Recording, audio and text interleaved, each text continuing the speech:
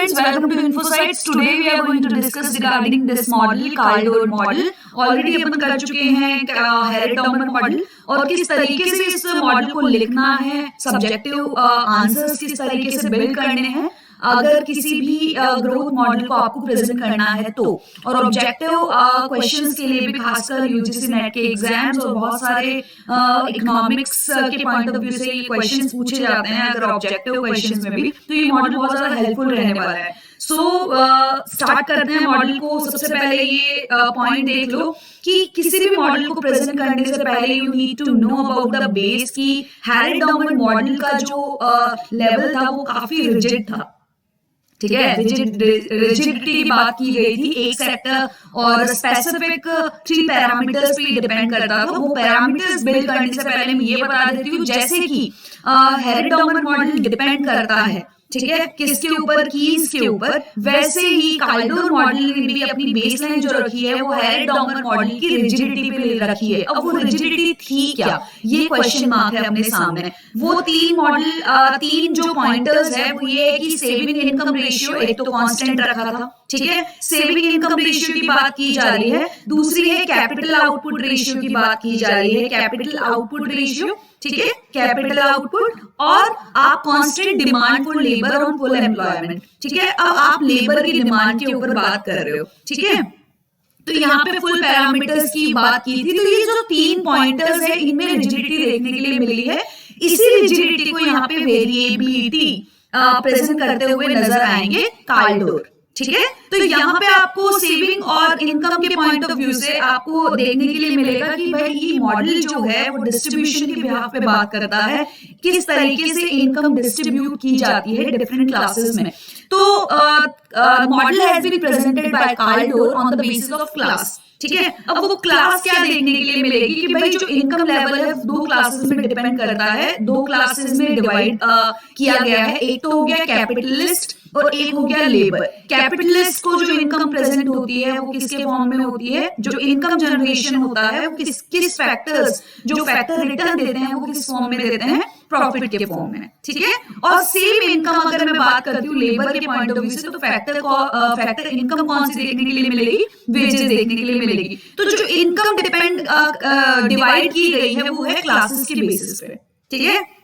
अब देखो constant return to scale, constant return to scale क्या होता है, सबसे पहले ये समझ लेते हैं कि अगर आपने 10 रुपए का, ठीक है, 10% का अगर इंक्रीमेंट किया है, कहां पे, इनपुट में, तो उतना का उतना इनपुट आपको 10% ही आपको आउटपुट में चेंजेस देखने को मिलना चाहिए। चेंज की बात कर रही हूँ, अगर इंक्रीज किया है तो आउटपुट में इंक्रीमेंट देखने को मिलना चाहिए, अगर डिक्रीज किया है तो आपको यहाँ पे डाउनफॉल देखने को मिलना चाहिए, ठीक है। तो कांस्टेंट रिटर्न की पॉइंट ऑफ व्यू से आपको देखने को मिलेगा।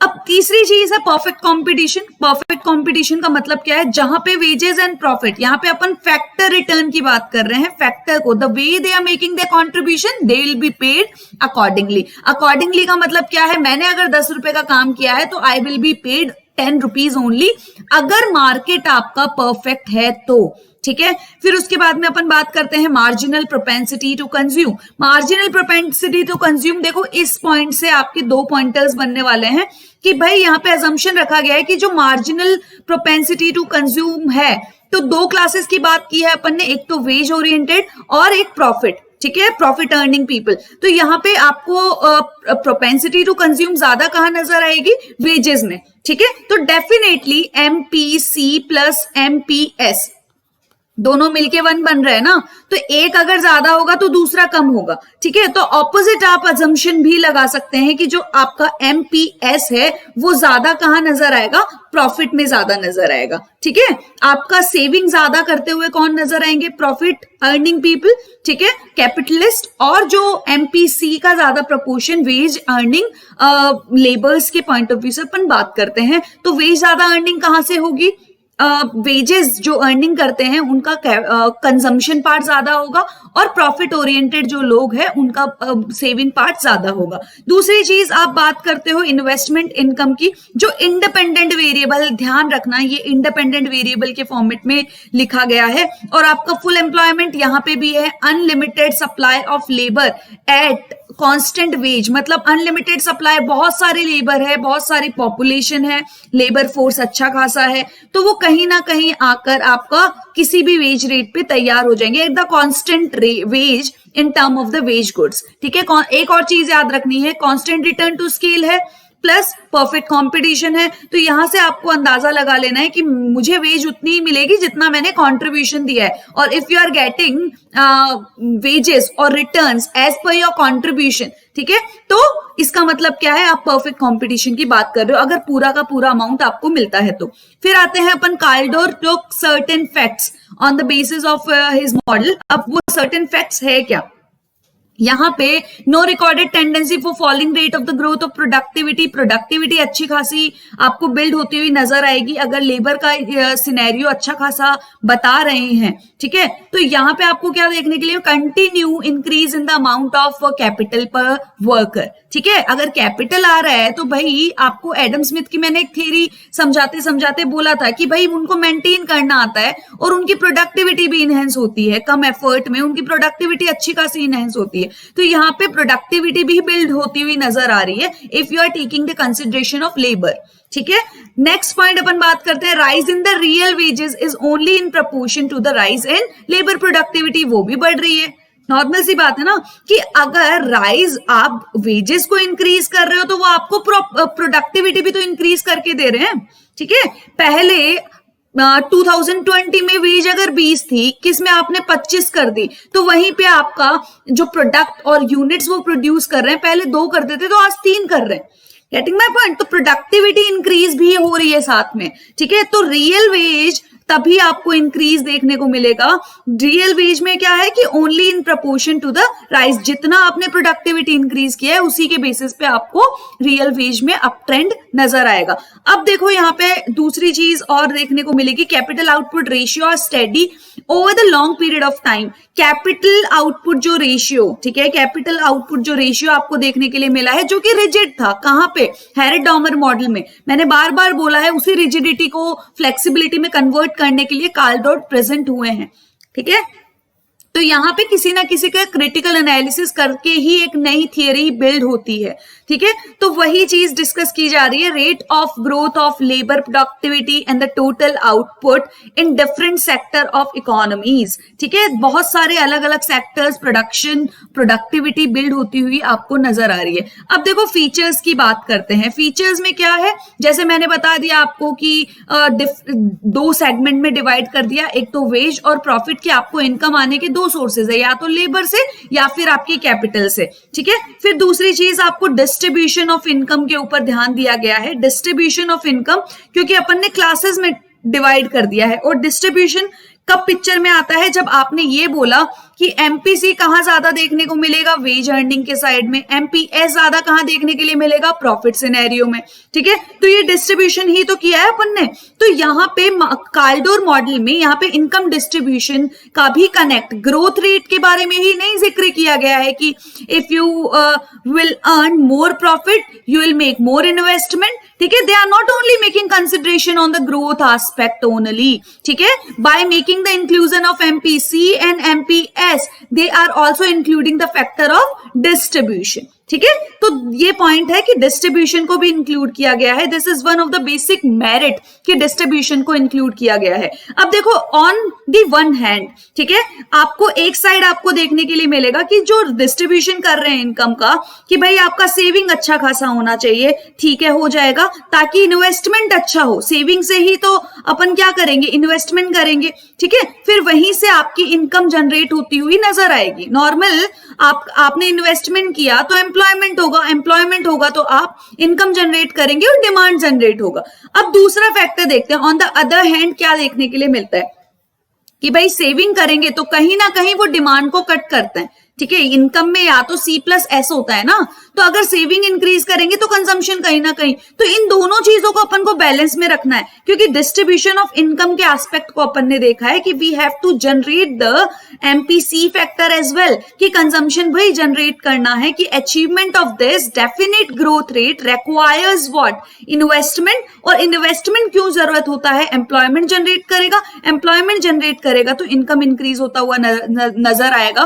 तो डिस्ट्रीब्यूशन ऑफ इनकम की तरफ ध्यान दी गई है कि ज्यादा से ज्यादा पार्टिसिपेशन देखने को मिले, और यहाँ पे सेविंग, इन्वेस्टमेंट, ठीक है, और फिर इनकम हो गया। और इन्वेस्टमेंट क्यों ज्यादा जरूरत है, ताकि एम्प्लॉयमेंट जनरेट हो, और एम्प्लॉयमेंट जनरेट होगा तो पार्टिसिपेटिव, और पार्टिसिपेटिव है तो वेज रेट अच्छी खासी जनरेट होती हुई नजर आएगी, कंजम्पशन को लीड करेंगे, डिस्ट्रीब्यूशन ऑफ इनकम की तरफ ध्यान दिया जाएगा। तो फर्स्ट इंडेक्स में आपकी ग्रोथ की बात हो रही है, सेकंड में आपका डिस्ट्रीब्यूशन ऑफ इनकम की बात हो रही है। अब देखो यहाँ पे इलस्ट्रेशन दी गई है। इलस्ट्रेशन का मतलब क्या है कि आपका इनकम डेफिनेटली वेजेस या फिर आपका प्रॉफिट, दो क्लास में डिवाइड किया गया है, कैपिटलिस्ट और लेबर, ठीक है। अब देखो नॉर्मल सी बात है, अगर अपन बात करते हैं फुल एम्प्लॉयमेंट की, फुल एम्प्लॉयमेंट की बात की है मैंने एक दो थियरी में, जब भी बात की है तो आपको ध्यान रखना है कि इन्वेस्टमेंट की बात करते हैं, that has to be equal to the saving part. जितना मेरे पास सेविंग है 10 रुपए है, तो 10 रुपए मुझे इन्वेस्टमेंट करना है ताकि चीजों को फुल्ली यूटिलाइज कर पाऊं, और फुल्ली यूटिलाइजेशन का ही दूसरा नाम है फुल एम्प्लॉयमेंट, ठीक है। नंबर 2 बात की जाती है कि जो सेविंग है, सेविंग को अगर मैं दो पार्ट्स में डिवाइड कर दूं, एक तो सेविंग मुझे जो वेजेस से मिल रही है, ठीक है, पार्ट ऑफ द वेजेस, और एक पार्ट ऑफ द प्रॉफिट्स, ठीक है। तो दो क्लासेस में मैंने डिवाइड किया ना, वेजेस का हो गया पार्ट और दूसरा हो गया प्रॉफिट का पार्ट, क्लियर। तो यहां पे आपको फुल फॉर्म्स देखने के लिए मिलेगी। अब सेविंग है क्या, ठीक है, सेविंग है क्या, आपका पार्ट, वेजेस का पार्ट, ठीक है, प्लस प्रॉफिट का पार्ट, ठीक है। तो पार्ट को आपको लिखना है, सपोज मेरी जो वेज है वो 100 रुपए है, तो मेरा प्रॉफिट का जो प्रॉफिट का पार्ट मान लो 200 रुपए है, ठीक है। 100 मेरी वेजेस है, प्रॉफिट मेरा 200 रुपए है, पूरी इकोनॉमी के बिहाफ से बात कर रहे हैं। तो नॉर्मल सी बात है, अगर मेरा हिस्सा जो है 1/10 है, सेविंग 1/10 मैं करती हूँ प्लस, और प्रॉफिट में से मैं 1/2 कर देती हूँ सपोज, ठीक है, तो ये मेरा सिनेरियो देखने को मिलेगा। तो यहाँ पे एक प्रपोर्शन ही तो हुआ ना, ये तो प्रपोर्शन हुआ, तो मेरा सेविंग कितना हो पा रहा है, 10 प्लस 100, 110 रुपए मैं सेव कर पा रही हूँ। तो this is how you just have to make the calculation, ठीक है, if you are taking the entire economy into the consideration. अब देखो यहाँ पे अपन ने क्या बात किया, नॉर्मल सी बात है, सेविंग को कंसिडर किया, सेविंग इन्वेस्टमेंट के इक्वल है, तो सेम इक्वेशन अपन क्या डाल देंगे, investment equals to saving is like saving is a part of income, तो प्रॉफिट से भी आ रही है वो, और प्लस वेजेस से भी आ रही है, ठीक है। मैं इस थियरी को पूरा इलेबोरेटिव फॉर्मेट में ले रही हूँ कि किसी भी 20 मार्क्स में पूछा जाए, 30 मार्क्स में पूछा जाए, कोई भी बेसिक चीज आपकी पीछे ना रह जाए। नंबर 2 इन्वेस्टमेंट, यहाँ पे सेविंग, इसको सब्स्टिट्यूट कर दिया आपने इन्वेस्टमेंट को, ठीक है। अब देखो यहाँ पे आप ऐसे लिख सकते हो क्या, y equals to W plus P, ये देख लिया था, ठीक है। अब यहां पे आपने W लिखा है, that is equal to y minus P, तो सब्स्टिट्यूट कर दो ना y की जगह, ठीक है, W की जगह सब्स्टिट्यूट कर दो y माइनस P, तो I equals to SP, this is the part of profit, ये एज इट इज आप लिख दो, प्लस SW मतलब पार्ट ऑफ वेजेस, और वेजेस को W को सब्स्टिट्यूट कर दो y माइनस P, जो इसको बोल सकते हैं to make the equation simplified, ठीक है। अब इसको थोड़ा सा और सॉर्ट करेंगे, SP, ठीक है, ये पार्ट है प्रॉफिट का, प्लस SWY माइनस SWP, इसको खोला तो अब इसको क्या आप ये इक्वल टर्म्स, क्या P को कॉमन ले सकते हो, हाँ जी ले सकते हैं। तो P को कॉमन लेकर आप इस तरीके से भी लिख सकते हो, ठीक है, इसको इस तरीके से लिख के ये एज इट इज जैसा का जैसा है वो आप लिख दो कि भाई वेजेस का प्रपोर्शन इनकम में कितना होगा, पूरे वेजेस का प्रपोर्शन इनकम में कितना होगा। अब देखो यहाँ पे ये निकल के क्या आया है, I निकल के आया है, ठीक है, और ये क्या है, P इज प्रॉफिट, क्लियर। अब यहां तक अपनी इक्वेशन आ चुकी थी, इक्वेशन आ चुकी है I Y बाय, अब देखो यहाँ पे I डिवाइडेड बाय y अपन ने क्यों किया, प्रपोर्शन जानने के लिए कि भाई अपनी पूरी की पूरी इनकम में से कितना इन्वेस्टमेंट करते हैं, कैपिटल आउटपुट रेशियो की बात की गई थी ना, तो वही आपको बोला जा रहा है equals to S P minus S W, ये तो अपन ने यहां तक सॉल्व कर लिया था, ठीक है। दोनों इक्वेशंस को अपन क्या कर रहे हैं, डिवाइडेड बाय वाई कर रहे हैं। ये डिवाइडेड बाय वाई क्यों कर रहे हैं, ग्रोथ एस्पेक्ट को देखने के लिए कि भाई अगर आप इन्वेस्टमेंट कितना कर रहे हो और वो इन्वेस्टमेंट किसकी वजह से इंक्रीज हो रहा है और डिक्रीज हो रहा है, रिलेशनशिप की बात कर रहे हैं इन शॉर्ट, ठीक है। तो आपने दोनों साइड को, right hand side left hand side, दोनों को आपने डिवाइड कर दिया y से, ठीक है। y से डिवाइड किया तो यहां पे तो ये y तो कट ही जाएगा, क्लियर। अब आपको नजर आ रहा होगा, इस इक्वेशन से आपको नजर आ रहा होगा कि भाई इन्वेस्टमेंट अगर बढ़ेगा तो प्रॉफिट भी आपका इंक्रीज होता हुआ नजर आएगा। तो जो इनकम है आपकी वो किसका फंक्शन है, वो टोटली आपका इन्वेस्टमेंट का फंक्शन है भाई, ठीक है। तो जो share of profit in the total income is a function of investment. जितना इन्वेस्टमेंट आप इंक्रीज करोगे उतना ज्यादा इंपैक्ट डालेगा ये प्रॉफिट के ऊपर। तो ये प्रॉफिट किसके ऊपर डिपेंड हुआ, आपके इन्वेस्टमेंट लेवल पे, ठीक है।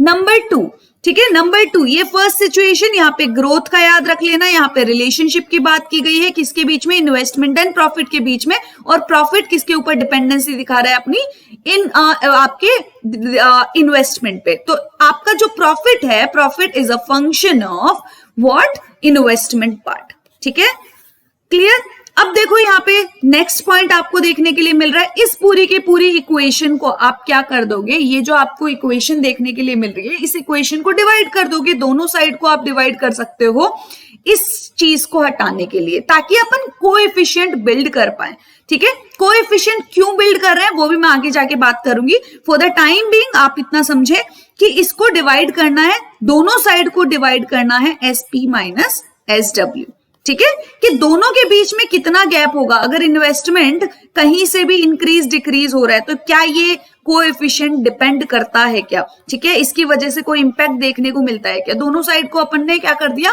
क्रॉस कर दिया, तो यहां पे ये जो था ये भी कट गया, ठीक है। तो ये नॉर्मल सी अपने सामने एक इक्वेशन आके प्रेजेंट हो गई, क्लियर। तो ये जो आपके सामने इक्वेशन आई है, तो इसको आप सेम फॉर्मेट भी लिख सकते हो, इजीली मेंशन कर सकते हो इसको, कि नॉर्मली अगर आपको P डिवाइडेड बाय Y रखना है, ठीक है, जो प्रॉफिट है आपका, ठीक है, प्रॉफिट जो है वो इक्वल्स किसके हो रहा है, वो हो रहा है I डिवाइडेड बाय Y, ठीक है, minus SW divided by SP minus SW, ठीक है। ये आपको इक्वेशन एक फॉर्मेट में देखने को मिलेगी, 1 बाय ये आपका कोएफिशिएंट। तो this is the way you can just right it down. ये जो आपको इक्वेशन देखने के लिए मिल रही है इसको ध्यान रखना है, क्योंकि ये प्रॉफिट का रिलेशनशिप बता रहा है इन्वेस्टमेंट के साथ, कोएफिशिएंट का भी रिलेशनशिप अपन देखेंगे आगे, ठीक है। Increase in share of profit out of the total income, ठीक है, आपको देखने के लिए मिल रहा है इंक्रीज, अगर इनकम हो रही है, इन्वेस्टमेंट रेशियो आपका, अगर इन्वेस्टमेंट और इनकम रेशियो अगर इंक्रीज हो रहा है तो वो शेयर प्रॉफिट का भी तो इंक्रीज करेगा ना, ठीक है। This is the symbol for profit. और एक चीज याद रख लेना कि मैं जब बात करती हूं S P minus S W, ये आपकी नेसेसरी कंडीशन है। कहां से लाए हो आप ये कंडीशन, अजम्पशंस के पॉइंट ऑफ व्यू से, कि आपका जो सेविंग पार्ट है किसके पॉइंट ऑफ व्यू से, प्रॉफिट के पॉइंट ऑफ व्यू से, वो ज्यादा होना चाहिए in comparison to the wages. ये आप कंडीशन लेकर चल रहे हो, नेसेसरी कंडीशन लेकर चल रहे हो, ठीक है। कैसे नेसेसरी कंडीशन लेकर चल रहे हो, क्योंकि ऑलरेडी आपने अजम्पशन में बात की है इसकी। दूसरी चीज है कि प्रॉफिट डिवाइडेड बाय आपका इनकम देखने को मिल रहा है, और आपकी रिलेशन अगर अच्छी खासा प्रॉफिट होगा, ठीक है, प्रॉफिट अच्छा खासा हो रहा है, इन्वेस्टमेंट भी बढ़ेगा, ये भी पॉजिटिव स्लोपिंग होगा, और आपका सेविंग भी पॉजिटिव स्लोपिंग होगा। This is how you can just make the assumptions और make the inferences by the diagram. अब देखो ये जब सबसे इंपॉर्टेंट पॉइंट है, जो इंपॉर्टेंट पॉइंट है मैं वही फोकस कर रही हूं, कि जो अजम्पशन है आपका क्या है, कि आपने बोला था कि भाई 2 क्लासेस है, लेबर है और आपकी कैपिटलिस्ट है, लेबर वेजेस और कैपिटलिस्ट प्रॉफिट, ठीक है। और प्रॉफिट से सबसे ज्यादा आपका सेविंग ज्यादा प्रोपोर्शन इंक्रीज देखने को मिलता है in comparison to the wages part, ये आपने अज्यूम किया था। तो यहाँ पे आपका ये देखने के लिए नेसेसरी कंडीशन बन जाता है, अगर आपको कंडीशन को फुलफिल करना है तो, जो अपन ऑलरेडी बात कर चुके हैं। और investment income ratio, saving income ratio, ठीक है, system is in equilibrium with the profit income ratio fixed by the vertical lines.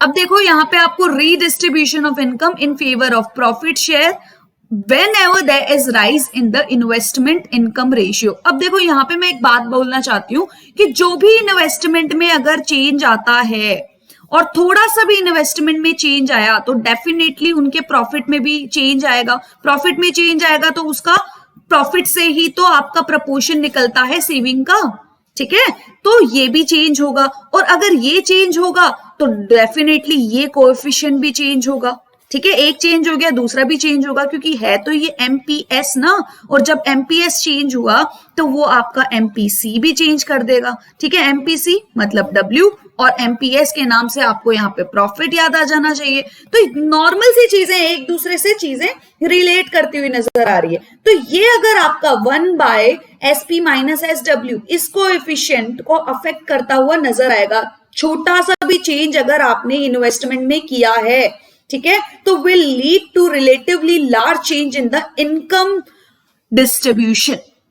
Clear? आपको इनकम डिस्ट्रीब्यूशन के नाम से समझ में आ गया होगा। मैं थोड़ा सा स्लाइड बैक कर देती हूं ताकि चीजें समझ में आ जाए। ये जो आपका प्रॉफिट डिपेंडेंसी दिखा रहा था, किसके ऊपर दिखा रहा था? On investment.